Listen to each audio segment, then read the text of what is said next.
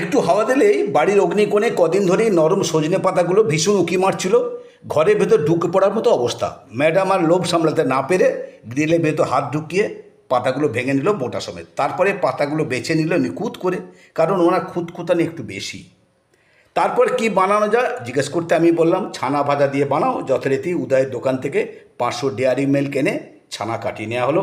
পেঁয়াজ, কাঁচা লঙ্কা ও কসুরি মেথি ফোড়ন দিয়ে ছানা ভেজে নেওয়া হলো প্রথমে।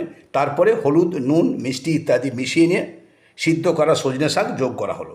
নেড়ে চেড়ে রাখা হলো কিছুক্ষণ। ছানার জল দিতে দারুণ টেস্টি হয়েছিল। প্রথম পাতে জাস্ট জমে গেল। তোমরা অবশ্যই ট্রাই করবে। সজনে শাক এই সময় খুবই নরম পাওয়া যায়। যারা এই ধরনের হেলদি ও টেস্টি পদ পছন্দ করো, অবশ্যই চ্যানেলটা সাবস্ক্রাইব করে আমাদের সঙ্গে থেকো। প্রতিদিন থেকো, প্রতি পর্বে থেকো, প্রতি পদে থেকো। তোমাদের সার্বিক সুস্থতা কামনা করি। তোমরা সকলে মিলে ভালো থেকো।